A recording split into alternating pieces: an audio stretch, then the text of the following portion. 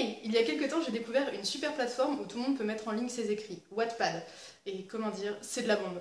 On peut trouver un peu de tout sur ce site, des romans fantasy, des romans policiers, des thrillers, des nouvelles. Il y en a qui sont vraiment très sérieux, qui pourraient prétendre à l'édition. D'ailleurs, je crois que même certains ont déjà été édités. On peut trouver aussi beaucoup de fanfiction, c'est d'ailleurs ce qui m'a attirée sur Wattpad dans un premier temps. Et on peut trouver aussi des ovnis, beaucoup d'ovnis. Ce qui m'a motivée à tourner cette vidéo, c'est justement de vous présenter l'un de ces ovnis. Mesdames, mesdemoiselles et messieurs, laissez-moi vous présenter Poubama. Ceux qui me connaissent savent que depuis le mois de septembre, je fais une sévère fixette sur Poubama. Et oui, tel Hal dans Malcolm, j'ai des lubies et Poubama en est une. Donc, quelle histoire se cache derrière ce magnifique mot valise? Poubama, l'amour plus fort que la guerre, a été écrit par une certaine stupide fiction, également connue sous le nom de Maël, et raconte l'histoire, la douce romance entre Vladimir Poutine et Barack Obama. Attendez, ne partez pas, dit comme ça, je sais que ça peut carrément avoir l'air bizarre, mais vous êtes loin, vraiment très loin de la vérité.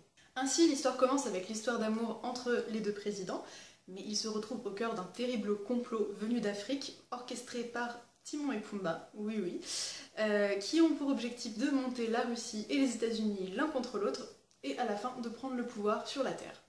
L'histoire est pleine de rebondissements, et Poutine et Obama vont devoir faire équipe avec pas mal de personnes différentes pour pouvoir venir à bout de ce complot, justement, avec l'équipe de foot de France, avec des sorciers, avec Arrow et The Flash, et j'en passe. Il y a même quelques romances au sein de l'équipe de foot, si c'est pas beau. Pourquoi est-ce que j'ai complètement bloqué sur cette fiction ?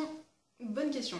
En fait, je suis une grande fan de tout ce qui est humour absurde, donc venez me parler de Babor l'éléphant ou de La Classe américaine et je serai la plus heureuse. Là, avec Poubama, on peut dire que j'ai été servie. À la base, j'avais juste prévu de parcourir vite fait la fiction, et en fait, non, je me suis jetée corps et âme dedans.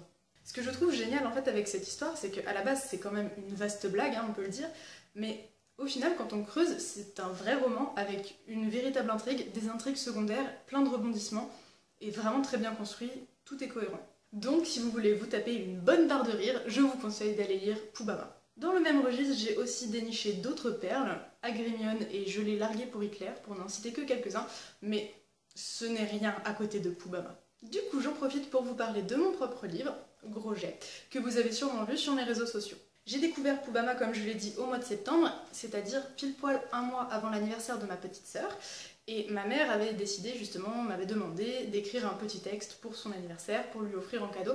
Je n'avais absolument aucune inspiration, j'en ai parlé avec ma cousine, qui avait aussi lu Poubama, et on s'est dit, mais oui, pourquoi est-ce qu'on n'écrirait pas n'importe quoi? On venait à l'époque de découvrir le film Pire soirée avec Scarlett Johansson, que je vous conseille d'ailleurs, parce qu'il est très drôle, et à la base c'était censé être une adaptation de ce film avec ma sœur en personnage principal, et on avait décidé d'y glisser quelques références à Poubama. Mais bien vite, les choses ont complètement changé. Des milliers d'idées fourmillaient dans ma tête, et ma cousine était comme le démon de Socrate à me glisser plein de bons tuyaux. Et donc en un mois, j'ai rempli mon défi, c'est-à-dire écrire un livre de 20 chapitres pour l'offrir à ma sœur à sa fête d'anniversaire, en calant le plus de références de films, de séries, d'internet que possible. Donc pour essayer de résumer Gros Jet assez rapidement, il s'agit de l'histoire de Marine, qui a 20 ans, qui se réveille aux États-Unis après une grosse nuit de beuverie à Tours, et elle découvre qu'elle s'est embarquée dans une histoire de drogue avec Amine Morito, qui a kidnappé ses deux meilleurs amis et qui les garde en otage. Marine va donc devoir traverser le monde entier pour aller en Australie et pour pouvoir récupérer un sac de drogue. Elle va faire cette aventure avec sa cousine Lisa, et elle va rencontrer de nombreuses personnes pendant ce trajet, dont un génie nommé Samy. Je conçois que ça a l'air parfaitement bizarre dit comme ça, mais l'histoire tient la route, hein, je pense, et en plus il y a une chute de malade. Et quant au titre Gros Jet, je vous donne un indice, c'est un rapport avec les toilettes.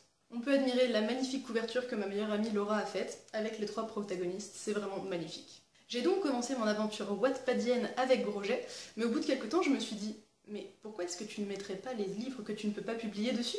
Du coup, désormais, vous pouvez trouver 3 autres de mes textes sur internet. D'abord, j'y ai mis 2 nouvelles, Une idée diabolique et Un dragon nommé Irène, que j'avais toutes les deux écrites pour des concours. La première, donc Une idée diabolique, raconte l'histoire de Lucifer qui se retrouve transformé en femme. Et la deuxième, Un dragon nommé Irène, raconte l'histoire d'un petit dragon tout mignon qui exauce les vœux. Et j'ai également publié mon livre Daemon, qui est une réécriture du film Hellboy, mais avec d'autres personnages et quelques adaptations. Je songe à mettre d'autres choses, peut-être quelques fanfictions, mais pas X-Men, désolé.